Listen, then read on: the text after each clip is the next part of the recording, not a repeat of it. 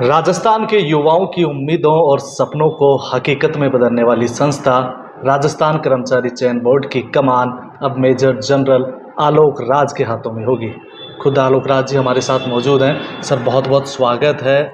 सबसे पहले तो राजस्थान कर्मचारी चयन बोर्ड अब किस तरह से एक नया उसमें बदलाव नज़र आएगा ताकि जो युवा हैं उनको ये विश्वास हो सके, जिस प्रकार से आर्मी के अंदर उनका एक इमोशन है, एक विश्वास है, उसी प्रकार का विश्वास अब चयन बोर्ड में विस्थापित हो सके।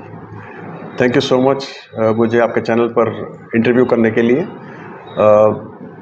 मैं कहना चाहूँगा कि जो ये बदलाव आया है ये अच्छा बदलाव होगा और पहले भी सारा जो काम हुआ बहुत अच्छा हुआ। जितने भी यहाँ पे चेयरमैन रहे, इस बोर्ड के अध्यक्ष रहे, सब ने बहुत अच्छा काम किया। It's a very good team. मेरा सबसे अभी इंटरेक्शन हुआ है कि टीम से, सभी लोगों से, और ऐसा महसूस हुआ कि they are working as a very strong and compact team and doing a good job. जैसा मैंने पहले कई बार बता चुका हूँ दूसरे इंटरव्यूज़ के अंदर कि कोई भी सिस्टम परफेक्ट नहीं होता और सिस्टम में बहुत इम्प्रूवमेंट की स्कोप होता है। And it's a very evolving organisation. पिछले 10 साल के अंदर 10 साल भी पूरे नहीं हुए इस ऑर्गेनाइजेशन को, तो I think this system will keep on evolving and improving.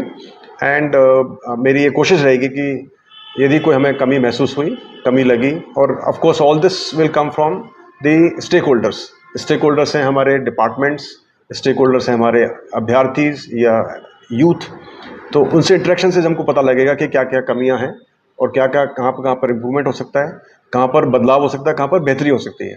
तो मेरा यही एक कोशिश रहेगी, मेरे एंडेवर रहेगा कि जितना हो सके हम सिस्टम को इम्प्रूव करें और जो आकांक्षाएं हमारे अभ्यर्थियों की, हमारे डिपार्टमेंट्स की, उनको हम जल्दी जल्दी मीट करें।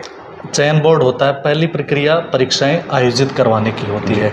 कौन सा वो अभी आपने कुछ ऐसा रोड मैप बनाया है कि इन भर्तियों को आप टारगेट में लेकर, क्योंकि भर्ती का जो कैलेंडर है वो तो जारी हो जाता है, लेकिन वो जो अनुशासन एक आर्मी को लेकर चलता है ये इस चयन बोर्ड में नहीं है। हाँ, आपकी बात मैं समझ रहा हूँ। आप कह रहे हैं कि आपकी प्लानिंग क्या है, फोरकास्ट क्या है। तो मैं कहना चाहूँगा कि कभी भी आप कमान संभालते हैं तो आपको कुछ टाइम लगता है समझने के लिए, और बिना सोचे समझे किसी चीज़ को चेंज कर देना तो वो उसका लाइक डीरेलिंग प्रोसेस। तो मेरा विचार है कि ये जो भी चल रहा है काफ़ी स्मूथली चल रहा है और I don't have to derail anything. लेकिन मेरी पूरी कोशिश ये रहेगी कि जितना हो सके, जैसे हम आर्मी में होता है कि हम कुछ भी हम करते हैं तो पूरा फोरकास्ट करते हैं, पूरी प्लानिंग करते हैं, और शायद यहाँ पर भी ऐसा ही है। और मेरी यही कोशिश होगी कि यदि नहीं भी है, कहीं पर इम्प्रूवमेंट की ज़रूरत है, तो we will do it. So basically we will try and plan पूरे साल भर के जो एग्ज़ाम्स होते हैं, पूरे साल भर की जो प्रक्रिया है, उसको हम जितना आगे तक हो सकेगा प्लान करेंगे और will try to keep the aspirants informed. उनको हम लूप में रखेंगे, उनको बता के रखेंगे कि भी क्या क्या आने वाला है, ताकि वो लोग उसी मुताबिक तैयारी कर सकें। परीक्षाएं होती हैं लेकिन उनके बीच एक जो दिक्कत आती है वो आती है नकल की, और राजस्थान में एक नकल का इतना बड़ा गिरोह हो गया कि मुख्यमंत्री खुद चिंतित रहते हैं उस चीज़ को लेकर। तो इस नकल गिरोह को या फिर नकल माफियाओं को रोकने के लिए क्या आपने अलग से करने वाले हैं? ये बिल्कुल सही बोला आपने कि नकल या leaking of paper is a very बहुत अनफॉर्चुनेट है, बहुत दुर्भाग्यवश है, दुर्भाग्यपूर्ण है, और ये नहीं होना चाहिए। और हमारे संस्थान की, हमारे इस बोर्ड की यही कोशिश रही है हमेशा कि यहाँ से कभी लीक ना हो और सारे ऐसे स्टेप्स लिए जाएँ ताकि लीक होने के चांसेस भी कम हो जाएं। और मेरा भी यही कोशिश रहेगा। और अभी इसके अंदर जितना हो सके हम टेक्नोलॉजी की मदद से और बाकी इनोवेटिव मीन्स की तरफ से हम कोशिश करेंगे कि पेपर लीक ना हो, नकल ना हो। जहाँ तक माफिया का सवाल है और जो दूसरे लोग इसमें इन्वॉल्व हैं, मुझे उम्मीद है कि जो हमारी पुलिस है, हमारे जो ऑर्गेनाइजेशन से जो कि इंश्योर करते हैं कि लॉ एंड ऑर्डर हमारा उसके ऊपर कंट्रोल रहे, आई एम श्योर वो उस पर एक्शन लेंगे या ले रहे हैं। परीक्षाएं भी हो जाती हैं, बिना नकल के भी हो जाती है, लेकिन अभ्यर्थी हैं कि इंतज़ार करते रहते हैं, कई बरसों से कर रहे हैं कि कब उनका परिणाम जारी होगा। तो इस परिणाम के इंतज़ार को थोड़ा कम किस तरह से कर पाएंगे आप? आप बिल्कुल सही बोल रहे हैं कि ये state of uncertainty is not good for youth. Exam देने के बाद भी काफ़ी वेट करता है, बिल्कुल अनुचित है। लेकिन उनको समझना चाहिए कि परिणाम जो आए वो बिल्कुल सही आए, एक्यूरेट हो। उस एक्यूरेसी के लिए एक प्रोसेस बना हुआ है और उस प्रोसेस को we have to go through. उस प्रोसेस को हम शॉर्टकट नहीं ले सकते। Yes, with innovative ways, with technology कुछ उसको इम्प्रूव कर सकते हैं, वो हम पूरी कोशिश करेंगे।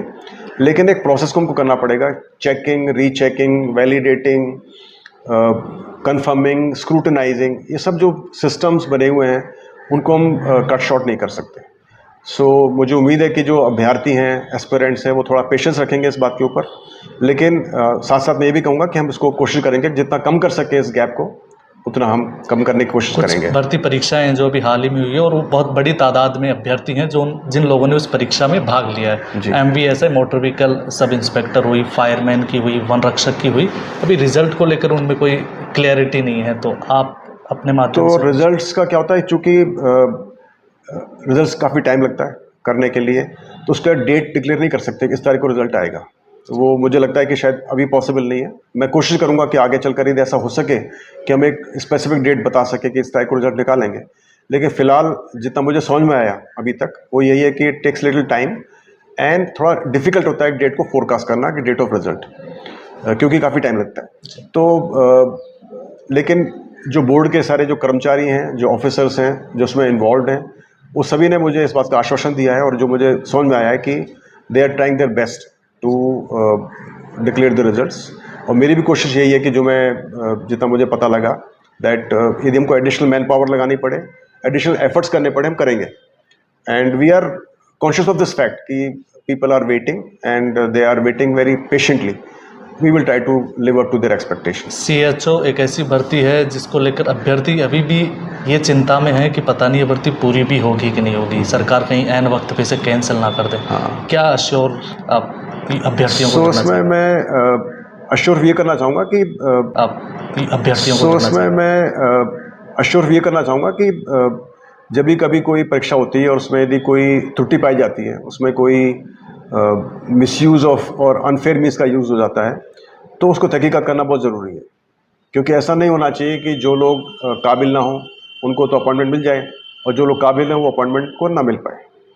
और ऐसी स्थिति के अंदर तहकीकात करना, इन्वेस्टिगेशन करना कि जो कल्प्रिट्स हैं उनको they are brought to the book, और इसके अलावा फिर देन टेक अ डिसीजन कि कैसे करना है। तो I think we will have to wait. इसके लिए मैं अभी कुछ डेफिनेट कहना उचित नहीं समझता हूँ।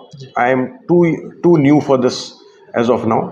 लेकिन मैं कोशिश कर रहा हूँ कि जितना जल्दी हो सके इसको तहकीकात को पूरा करके डिसीजन लिया जा सके और बताया जा सके कि उसका नेक्स्ट स्टेप क्या रहेगा। सर, CET एक एग्ज़ाम है जो एक तरीके का कॉमन एलिजिबिलिटी टेस्ट राजस्थान के युवाओं को इस साल से देना पड़ रहा है। कर्मचारी चयन बोर्ड की भर्तियों में क्योंकि एक डिमांड रहती है, सरकार कह रही कि 15 गुना को हम शामिल करेंगे, युवा अभ्यर्थी करें कि 40% अंक भी अगर CET में कोई ले आता है तो आप उसको एलिजिबल करें। तो कर्मचारी चयन बोर्ड की भर्तियों में किस तरह से इस CET का रोल रहने वाला है? तो ये जो आपका सवाल है इसका मुझे बहुत ज़्यादा नॉलेज नहीं है ये रूल पोजीशन की, लेकिन जितना मुझे सुनने में आया कि 15 टाइम्स नंबर्स को लिया जाएगा और उनको फिर चांस दिया जाएगा एग्ज़ाम देने का।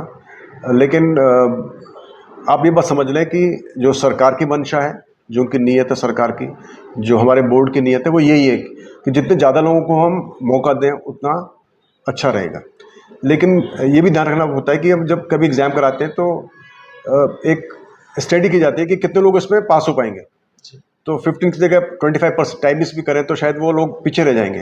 तो मेरे को कहने का मतलब है कि एक डिसीजन लेना पड़ता है कि कितने लोगों को क्या कट ऑफ रखा जाए। लेकिन आई थिंक इसके बारे में ज़्यादा बात मैं बाद में कर सकूंगा जब मुझे थोड़ी नॉलेज होगी। अभी I will not give you a very correct and good answer. I think मेरा आखिरी सवाल नहीं है, मैं बस आपसे कि ये निवेदन करूंगा कि जो राजस्थान के युवा हैं, जो अभ्यर्थी हैं, जो इस कर्मचारी चयन बोर्ड से बड़ी उम्मीदें लगाए बैठे रहते हैं, अपना पूरा भविष्य इसके ऊपर रखते हैं, उन सब युवाओं को आप क्या संदेश देना चाहेंगे? तो युवाओं को मेरा एक संदेश है कि there is no shortcut to top, you have to work hard. आपके हाथ में सिर्फ मेहनत करना लिखा है। आपके हाथ में कर्म है और कर्म आपका है मेहनत करना। और मेहनत भी जब करते हैं तो थोड़ा दिमाग से मेहनत करें। आपको मालूम होना चाहिए कि मैं जो एग्ज़ाम दे रहा हूँ उसका सिलेबस क्या है। आप जो गेस्ट पेपर होते हैं, पासबुक होती है, उस पर ना जाएं, आप सिलेबस को समझें और सिलेबस के बेसिस पर आप तैयारी करें।